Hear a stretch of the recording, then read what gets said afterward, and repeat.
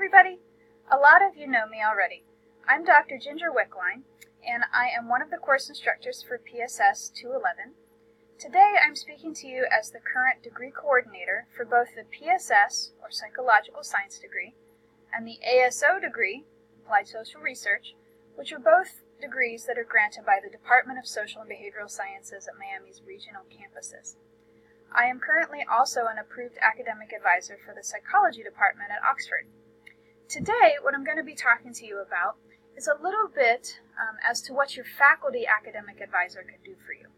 Whether you know it or not, as soon as you sign up for a major, you are appointed a faculty advisor who is there to help you with career planning, choosing your courses, making a plan for your 2, 4, 6 years at Miami University, whatever your timeline is, and asking questions that you may have both about the major itself or your work towards graduation. If you don't know who your academic advisor is, you can find this by looking at your My Miami page, where you get to banner and everything, and click the Student tab at the top, which will show you who your appointed academic advisor is. Most of the time, when students ask academic advising questions, faculty will do one of two things. First off, if it's something easy or that we have knowledge about, we may go ahead and answer your question, whether you send it by email or ask in class. However, a lot of times, if it's something like, what classes should I take? Whoever your professor is in your class will send you back to your faculty academic advisor for a couple of reasons. First off, not all of our instructors at Miami also do academic advising. For example, some of our part-time people are here just to teach our courses and don't have that as part of their job responsibilities. The other reason that even full-time faculty might send you back to a faculty academic advisor is they may not yet have completed the academic advising training that Miami requires. Also, once faculty are trained as advisors, each of us is assigned a certain load or number of students for whom to advise.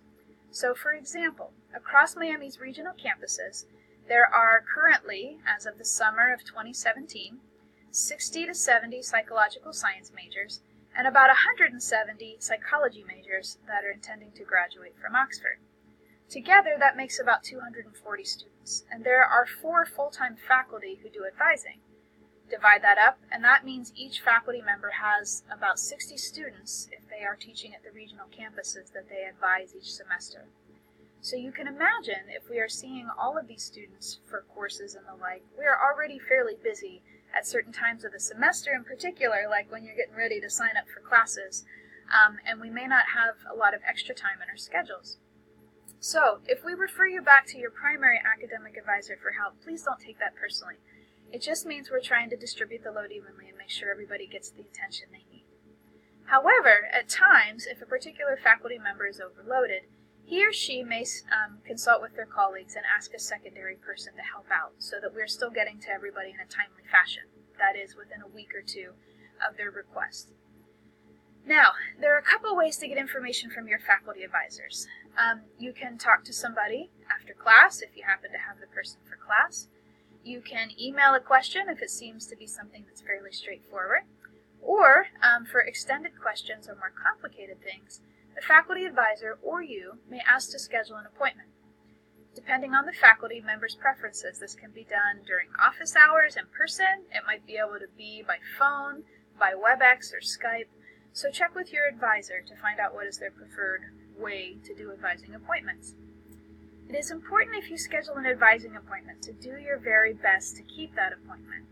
It is a little bit aggravating and irritating if you repeatedly miss appointments because you're taking that space from somebody else who could use it.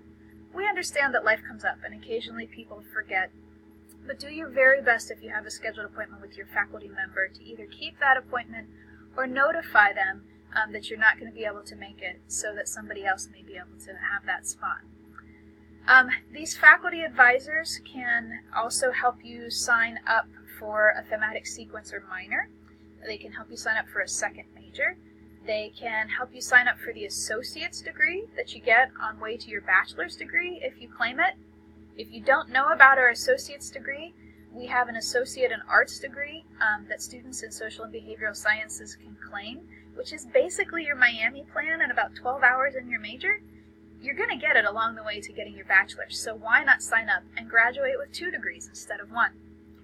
Your faculty advisors may refer you back to the academic advising office for more complicated questions, or they may refer you to the degree coordinator if you need some questions about like petitioning a course requirement to fill the need for something else, or if you're transfer students and working with transfers. Those are sometimes handled by a degree coordinator, sometimes by a chief departmental advisor, or by the department chair. So again, your faculty advisor can help tell you what they can answer for you, and if it's something more complicated, they'll refer you to the expert in the department who handles some of those more specialized kind of questions. Lastly, the Department of Social and Behavioral Sciences has created for our majors, that is the PSS and ASO majors, and actually anyone in a social science major that starts at the regionals and wants to peek at the site, we've created a Canvas site of advising tools that has commonly asked for forms like, can you give me a calendar to help plan out my 4 years of classes to take? Or degree requirements, or job and volunteer opportunities that we know of in the community, which is the very best way to help yourself get a job or get into graduate school when you finish. Employers in graduate schools do care about your grades to a certain degree. They may have a cutoff that they require a certain base or limit to consider people, but the vast majority of the time what they really want to know is what you can do.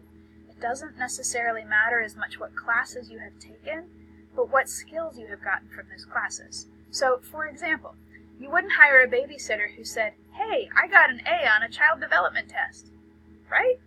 You want to know what experience do you have taking care of children. So keep in mind, if nobody else says this during your time at Miami, whether you're a freshman or a senior, keep an eye on those experiences that you're getting, whether they're paid or not, out in the community, on campus, in leadership, and things like that, that are going to help convince somebody you are ready to fill in for them in their institution, whether that's an employment possibility or a graduate school. I hope this segment has been helpful for you to understand what faculty academic advisors are about, and I hope that you'll consider reaching out to yours today. Thanks.